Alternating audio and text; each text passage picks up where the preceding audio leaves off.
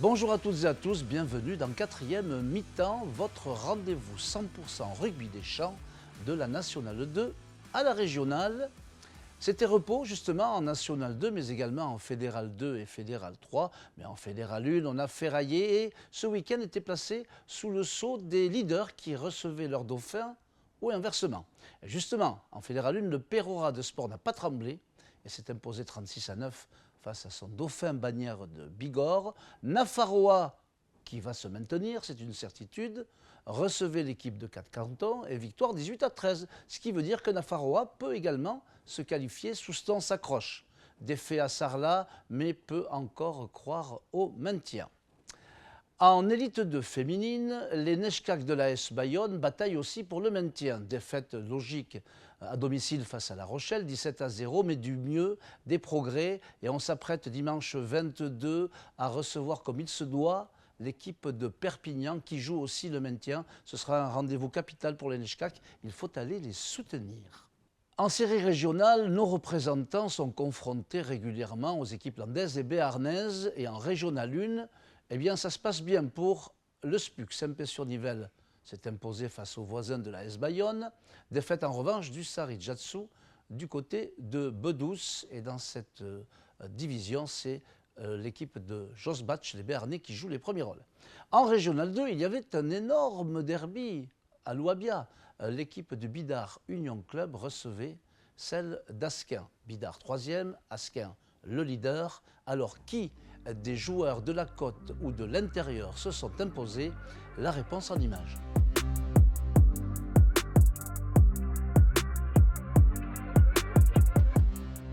Sur le plan comptable, c'est un très bon match. Après, avec le faux pas à domicile qu'on avait fait la semaine dernière contre Nafarroa, il nous fallait de gagner. On attendait les joueurs surtout sur l'état d'esprit. Et je pense que voilà, cette case, elle a été cochée en tout cas. On connaît leurs qualités, on sait ce qu'ils valent, on les a joués au match aller, on a eu du mal.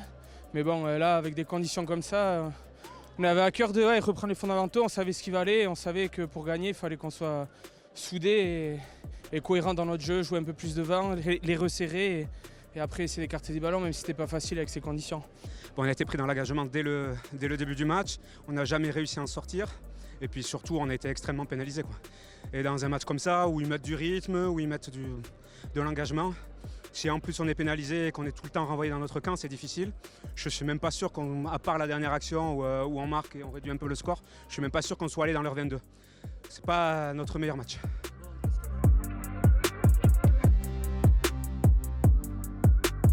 Je pense qu'on ne vole pas le match, on doit être à 80% de possession dans les ballons.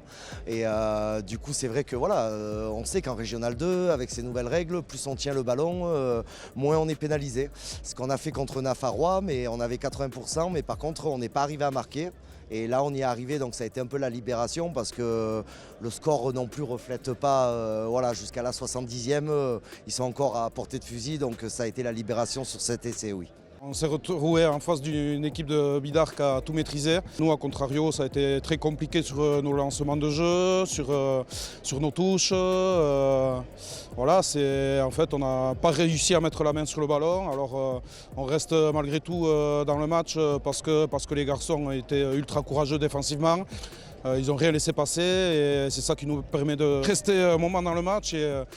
Et ces 2 cartons quasiment coup sur coup qu'on prend en début de deuxième mi-temps nous font très très mal. Ouais.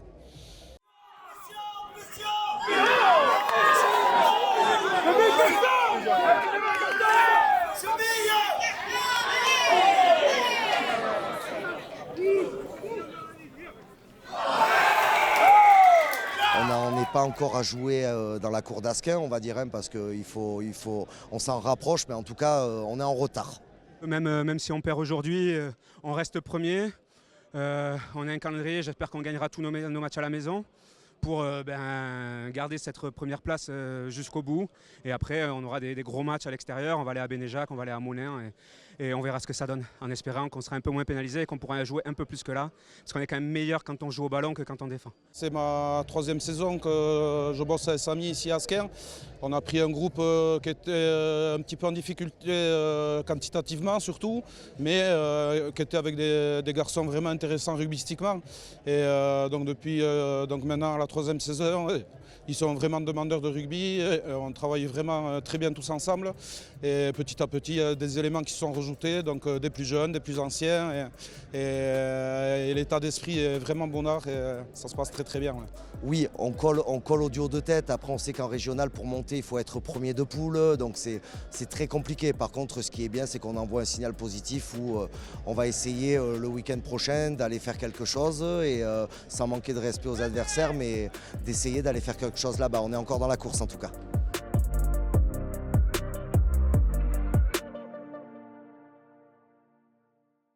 Après cette victoire, les Bidartards confortent leur 3e place. Elgariki-Nasquin reste leader. Et à la 2e place, on retrouve les Béarnais de Bénéjac. En Régional 3, il y avait également encore un choc entre un Dauphin et son leader. Les Cibouriens recevaient le leader Miramont, victoire des locaux, 12-3 dans le même temps. Les Charatards se sont imposés face aux Landais d'Ichoux. Et dans le duel Lando-Landais, victoire de Pomarès-Amou face à Naros. Du coup, au classement, les Cibouriens restent à la 2e place, Sarre repasse 1er et les Landais restent 3e. Dans votre agenda, notez que le week-end prochain sera celui des rencontres importantes pour le maintien, notamment en National 2, avec Anglette qui recevra Marmande et Moléon qui recevra l'équipe de Groyer. En Fédéral 1, Souston a besoin de points et rencontrera l'équipe de Pérorade, un leader particulièrement en forme. En Fédéral 2, le Bocaux Tarnostad se déplacera à Asparin, un match à haut risque. Intalat, la ressort, voudra également marquer des points en recevant l'équipe de Morlas. Enfin, en Fédéral 3, Bardos ira également chercher une performance du côté d'Andaille pour espérer se maintenir.